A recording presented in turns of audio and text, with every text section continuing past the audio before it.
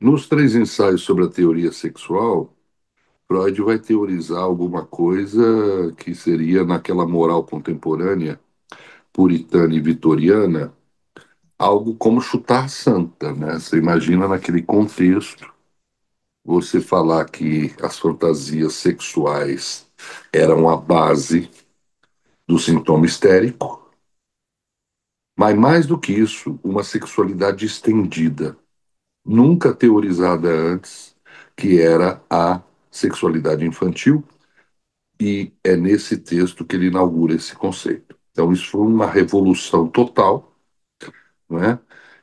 E que essa sexualidade infantil ela tem o caráter de ser perversa polimorfa. Veja bem, perversa não no sentido de perversidade, perversa no sentido de que ela tem muitos caminhos possíveis.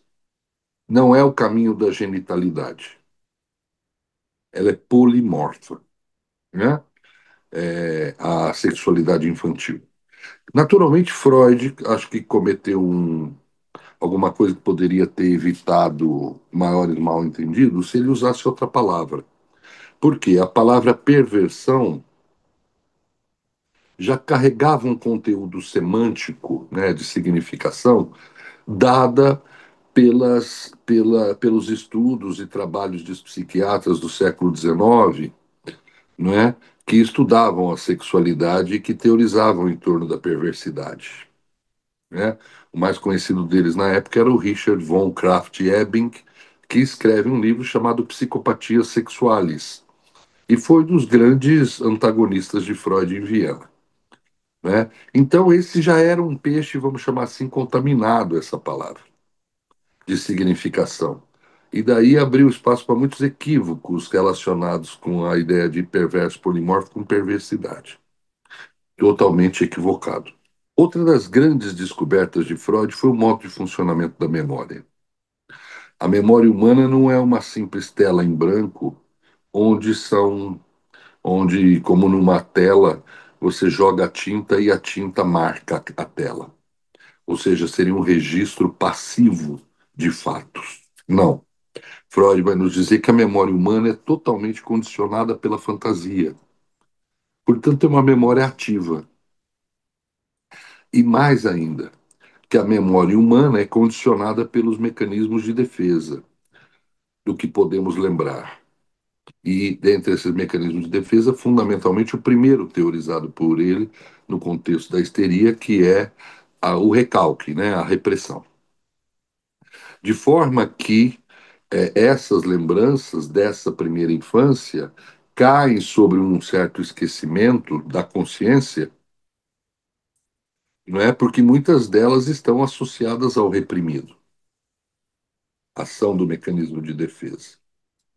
Ora, mas não é porque você não lembra conscientemente, como quem deita num sofá e se lembra que tem que fazer compras no supermercado. Freud vai teorizar a ideia que parece paradoxal, mas é fantástica, que é a ideia de lembranças inconscientes, essas lá da infância. Essas lembranças que nós não lembramos, mas que atuam em nós. E atuam como interpretantes do nosso mundo atual, como elementos de rememoração traumática também. Então, essas lembranças nos inserem em cenas perante o outro, perante o mundo, e que já dão uma significação ao que passamos atualmente. Né? E nada disso é percebido pelo sujeito. Né? Então, elas têm uma profunda ação sobre nós em sendo inconscientes. Né? Isso é uma descoberta, enfim, fabulosa. Né? Muda por completo a concepção de memória. Né?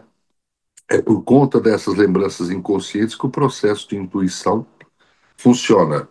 O próprio Jung, por exemplo, dizia que a intuição é a percepção através do inconsciente. Né?